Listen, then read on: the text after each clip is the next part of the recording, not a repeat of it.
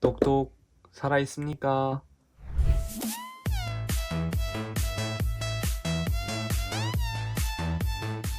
여러분 안녕하세요.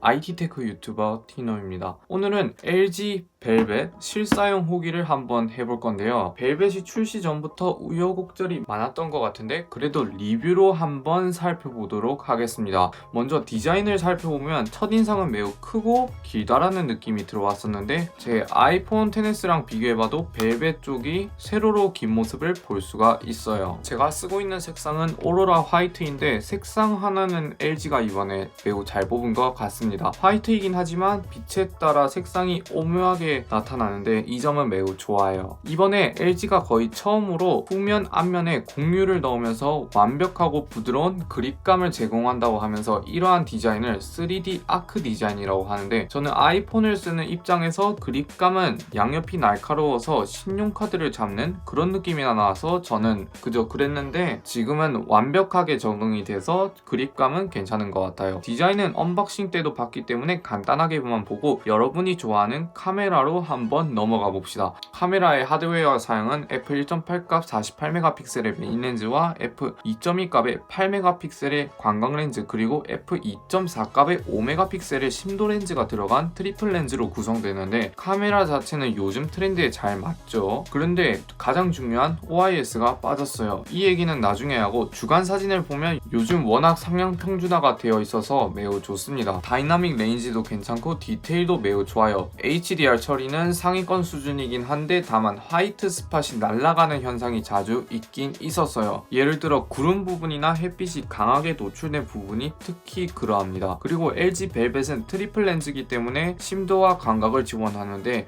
먼저 이베듐 품질은 애초에 메인 렌즈가 2분의 1인치의 비교적 큰 센서가 들어가서 품질 자체적으로는 매우 괜찮았는데요. 그렇지만 광각 렌즈의 상태가 조금 심각했었는데 센서 크기도 작고 8메가픽셀 밖에 되지 않아서 그런가 뭔가 반복적인 패턴이 들어간 사진을 찍을 때 예를 들어 나무나 잔디 그리고 창이 많은 빌딩들을 찍을 때 디테일이 많이 뭉개집니다. 색감도 많이 죽어서 나오더라고요. 광각은 큰 기대를 안 하는 것이 좋습니다. 그 다음으로 저조도를 살펴보면 생각보다 매우 훌륭한 수준을 보여줬는데 LG도 이번에 48메가픽셀을 넣으면서 픽셀 4개를 한 개의 픽셀처럼 쓰는 픽셀 비닝을 사용했기 때문에 저조도는 매우 좋게 나옵니다. 디테일도 괜찮고 노이즈 감소도 전작에 비하면 매우 훌륭해요. 광각 렌즈를 제외한다면 이 정도면 매우 준수한 편이죠. 다만 아까 말한 OIS가 없기 때문에 야간에서는 사진이 생각보다 많이 흔들리긴 합니다. 주간에서는 별로 티가 안 났지만 야간에서는 OIS가 없는 게 생각보다 많이 아쉽더라고요. 동영상도 보면 OIS가 없어서 걱정을 많이 하긴 했는데 갤럭시 S10부터 들어간 슈퍼 스테디 모드와 비슷한 스테디캠이 들어갔기 때문에 풀 HD 촬영에는 매우 안정적이게 촬영이 가능한데 다만 4K 지원이 안 돼요. 그리고 일반 촬영을 4K 60프레임으로 촬영할 수 없다는 점이 있습니다. 추가적인 기능들도 보면 타임랩스를 촬영할 때 배속 조절이 가능하다는 점과 ASMR 레코딩, 목소리를 좀 더 또렷하게 잡아주는 보이스 아웃 포커싱 등이 들어갔습니다. 이제 디스플레이를 살펴보면 디스플레이는 6.8인치 대화면과 풀 HD 플러스 등급의 OLED 패널이 탑재가 되었어요. 그리고 물방울 노치가 들어갔는데 화면 자체는 매우 넓고 시원시원해서 몰입도 하나는 최고라고 생각하는데요. 특히 비율이 20.5대 9 비율이 들어갔는데 기본적으로 유튜브는 핀치 아웃을 하면 화면이 꽉 찼는데 넷플릭스는 상단 부분이 조금 남는 모습을 볼 수 있었습니다.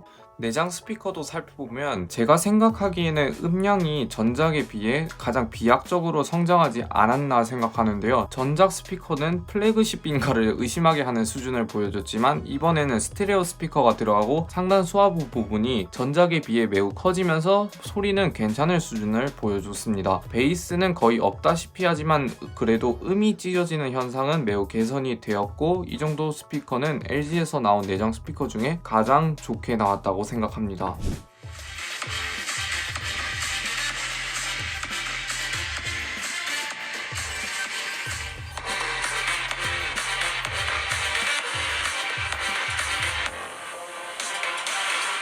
그리고 그리고 인공지능 사운드를 지원하기 때문에 내가 노래를 듣거나 영화를 볼 때 알아서 EQ 조정을 해주는 점은 매우 좋다고 생각해요. 그런데 볼륨을 계속 올리면 뒷판이 살짝 떨리는 느낌이 있어요. 추가로 LG는 3.5mm 이어폰 단자를 계속 넣어주고 있습니다. 이 부분은 매우 칭찬할 만합니다.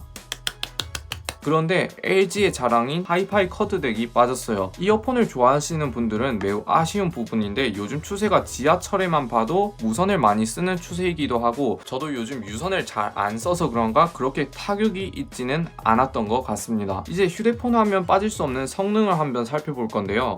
LG 벨벳이 칩셋 때문에 논란이 많긴 했었는데 AP는 스냅드래곤 765 5G와 램이 8기가가 들어갔는데요. 단도직입적으로 말하면 칩셋 자체는 문제가 없어요. 긱벤치만 봐도 싱글코어 500점, 멀티코어 1700점 정도의 무난한 수준을 보여주는데 문제가 뭐냐? 다들 알다시피 벨벳의 가격은 89만원인데 스냅드래곤 765 5G 칩셋은 옆 동네를 보면 3-40만원에 넣는 스마트폰 칩셋을 89만원에 넣었어요. 765 5G 퍼포먼스는 1년 전 플래그십보다 낮은 수준이에요. 물론 웹서핑이나 SNS를 할 때는 그렇게 큰 문제가 되진 않지만 소비자 입장에서 보면 같은 가격이라도 더 좋은 성능을 원하는 게 소비자가 가장 원하는 것 중에 하나가 아닐까요? 배터리는 4300mAh가 들어가서 하루 정도는 거의 문제없이 쓸 수 있는 수준이었고 야외에서 LTE만 쓰고 화면 밝기를 거의 최대한으로 쓴 패턴으로 볼 때 저는 7, 8시간은 문제없이 쓸 수 있어서 배터리는 매우 좋았어요. 5G를 쓴다면 마이너스 1, 2시간은 감안하셔야 할 겁니다. 그리고 무선 충전도 최대 10W까지 지원하고 IP68 방수 방진에 밀스펙 인증까지 되어 있기 때문에 스마트폰을 더욱더 안전하게 쓸 수 있었습니다. 그리고 아이폰 유저 입장에서 매우 좋았던 부분이